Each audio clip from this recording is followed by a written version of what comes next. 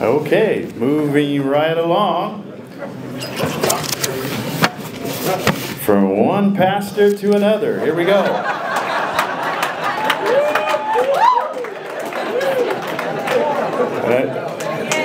Drew, I didn't see anybody come down to the altar, so we're going to have to challenge. See how many people we can come get. When Andrew's up here, we'll see how many he can get come down. Ladies and gentlemen, please welcome to the podium Bakersfield High School class of 2002, Andrew Spradlin.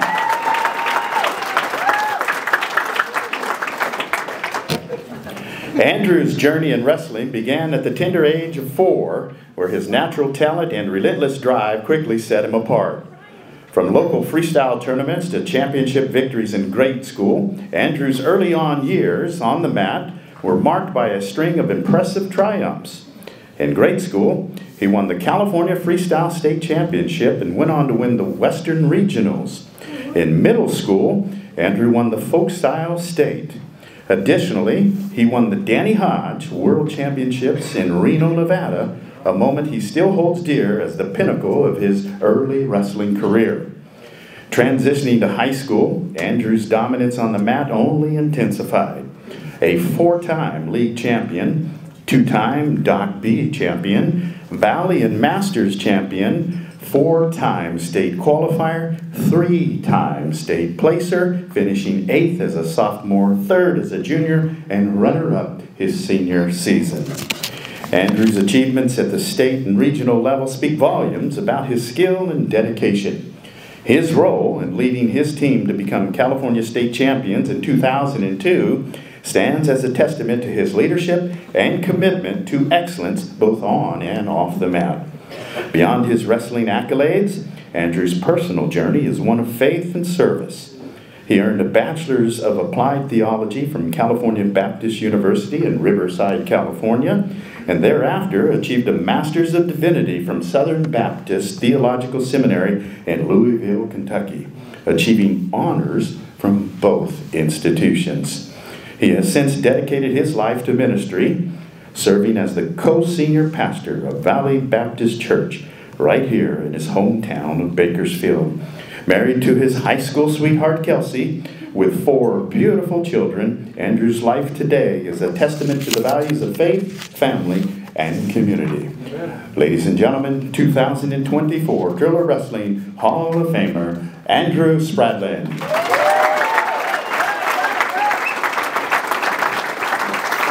I brought some notes, so I only go over as much as I intended to go over. I want to thank you for the great honor. I'm humbled to be counted among some of these amazing wrestlers, some of which have been inducted the last few years, are legends in our sport. I love the sport of wrestling.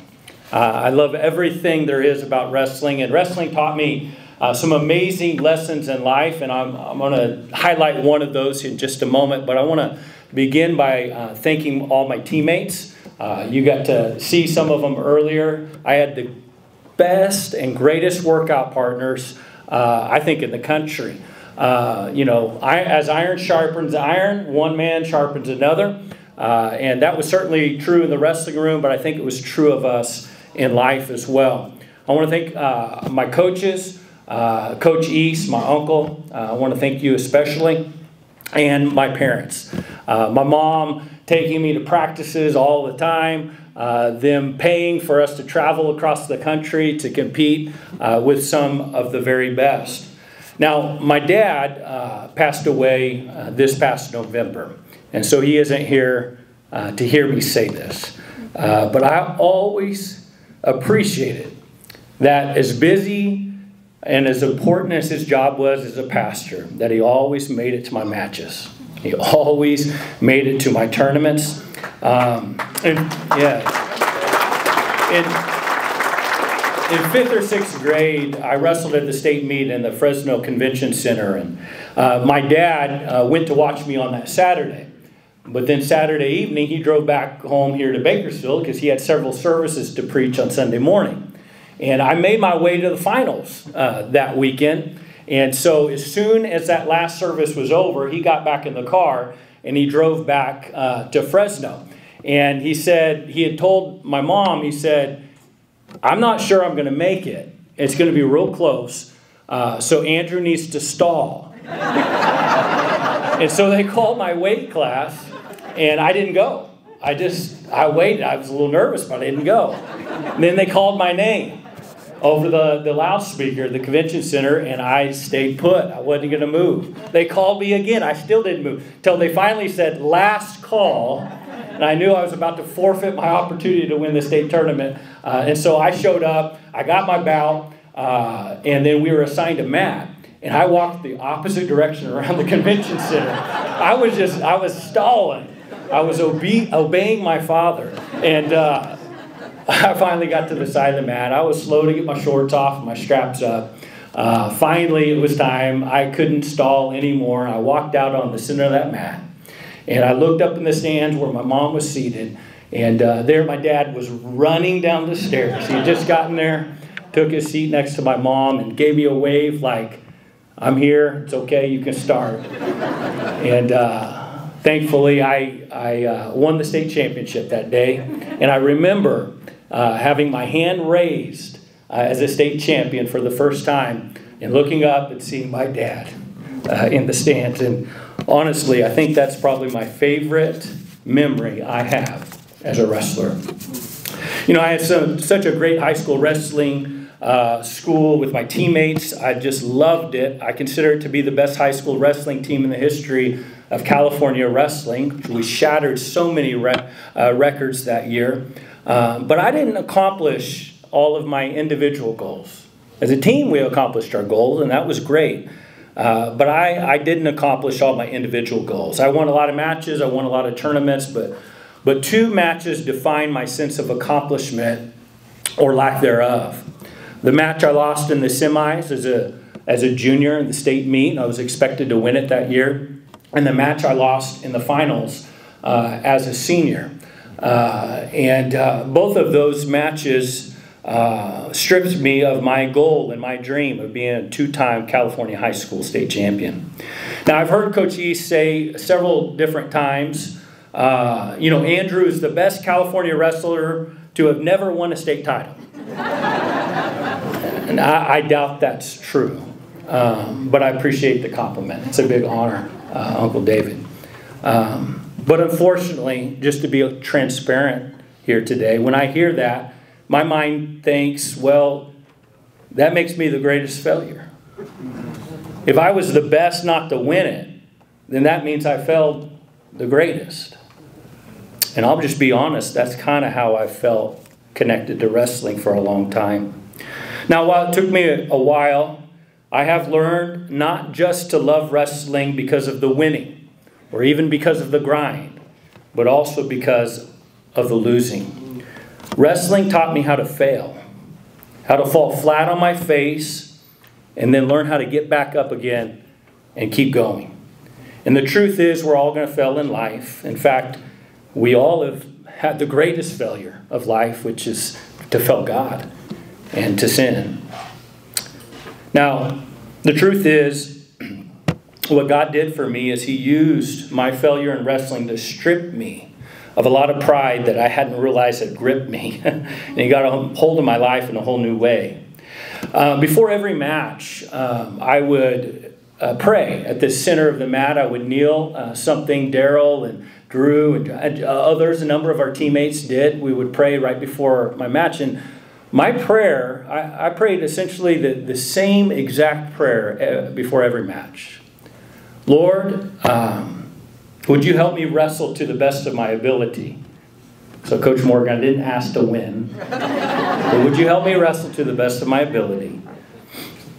And whether I win or lose, may you be glorified in me. In Jesus' name, amen.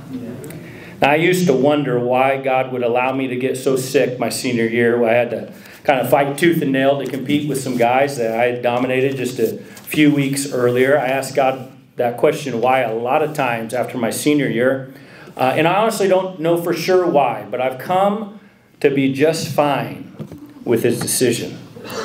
Because I imagine my life and ministry would be very different had I won those 2 state titles. And who knows how different? I honestly don't know, but I do believe my life would be different. But if I had to answer the question why, I think God was playing the long game with me while I was focused on the short game. And really, I think God was simply answering that prayer that I prayed before every match, that He would be glorified in me, whether I won or whether I lost.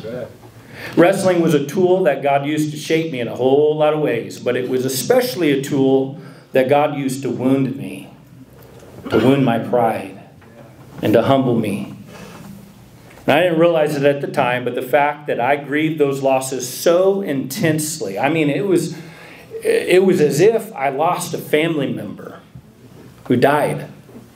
I grieved them so intensely. It was that fact that made me realize that I had made wrestling, my wrestling dreams, my wrestling goals, my wrestling identity, I had made it an idol in my life. Now, I don't want to blame God for my losses. That would be an ultimate excuse, all right? I had every opportunity to win those matches, and I failed to do so. But I have wondered why God allowed me to get sick when He knew how hard I had worked, how much time I'd put in, and how much it meant to me. But now I know that allowing me to get sick was the most gracious thing He could have ever done for me. Allowing me to see how small my dreams were and how puny and pathetic my idol of wrestling was compared to Him. Now here's the God's honest truth. God's honest truth. If God used my losses in some way to mold me and shape me in a unique way where one person, one soul came to Christ who otherwise would never have been saved, or to impact your life, anyone in this room, one person, if God used that to change one person's life in this room, I'd lose those state titles 1,000 times over again. 1,000 times over again I would lose them. There's something so much bigger than that. So, thank you from the bottom of my heart for this great honor. It is one of the great honors of my life. It feels like I've now finished my wrestling career on top. Thank you.